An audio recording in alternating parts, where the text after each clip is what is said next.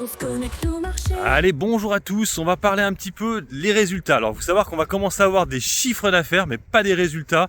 Même si je crois que Kaufman & Broad donne des résultats assez rapidement. Quelle est la différence? Beaucoup de sociétés vont donner juste des chiffres d'affaires, c'est-à-dire chiffre d'affaires, hein, comme son nom l'indique, mais pas les comptes de résultats. Des fois, des fois, je dis bien, il y a les EBITDA, des fois, mais c'est pas tout le temps. Et puis après, elles te donneront bien plus tard le compte de résultats annuel, qui est souvent peut-être un mois après. Donc en gros, elles te donnent le chiffre d'affaires là bientôt, là dans une semaine. Et puis mois de mars, ils donneront le compte de résultats.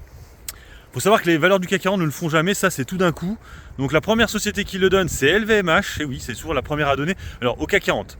Il me semble par contre que sur les autres marchés, SBF, tout ça, je crois que Kaufman & Broad donne très rapidement elle aussi ses résultats annuels. C'est l'une des premières à donner en général, Kaufman & Broad. Donc ce sera peut-être celle-là, du coup ça pourrait être intéressant pour ceux qui sont dans l'immobilier, qui ont du Nexity, tout ça, voir un peu la tendance et surtout les perspectives pour les années à venir, parce que c'est ça qui pose problème actuellement. Moi j'ai vu là les prix des logements continuent encore à beaucoup chuter quand même, franchement ça remonte pas, ça remonte pas. Bref, pour ce qui est d'LVMH, j'en sais rien entre nous, parce que c'est vrai que l'année dernière on a vu un T3 assez décevant et le T4 avait été bien meilleur. Cette année, je ne sais pas si ça va être la même. C'est vrai qu'on attendait beaucoup grâce à la Chine.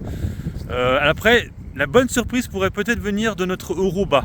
Peut-être que tout le T4, l'euro était assez bas et que du coup, les Américains ont surconsommé du luxe, peut-être aussi en ayant craint des taxes sur les produits, et peut-être que ça va booster le luxe du côté américain, bien sûr, un côté américain. Donc il faudra voir, mais j'en sais rien. Aussi, on saura plus sur le dividende de LVMH. Pour le coup, je pense qu'il va rester soit le même, soit être augmenté. Ce ne sera pas comme Kering qui l'avait abaissé. Donc bon, ça, ne vous inquiétez pas par rapport à ça. Par contre, c'est vrai que pour l'instant, LVMH, je la trouve quand même assez haute, parce qu'il n'y a eu rien de nouveau. Et on est de nouveau à 600 €. Rappelez-vous, il y a peu de temps de ça, on était à 560. Donc, il n'y a rien qui explique pourquoi c'est remonté aussi fort. Donc, attention, parce que ça pourrait de nouveau chuter. Après, je vous ai dit, c'est pas maintenant, c'est dans 2 ou 3 semaines. Entre-temps, on aura eu quand même Bayrou, le discours de politique générale. On a vu là le ministre des Finances qui rencontrait la gauche. Ça va donner, je sais encore, là, ce budget. Je rappelle que pour l'instant, le budget 2025... les trucs qui avaient été annoncés là, les surtaxes et compagnie, il n'y est pas. Donc je ne sais pas comment ils vont faire pour faire un rattrapage, certainement durant l'année, mais il y aura certainement un rattrapage à un moment donné. Ça risque de faire de nouveau peur au marché.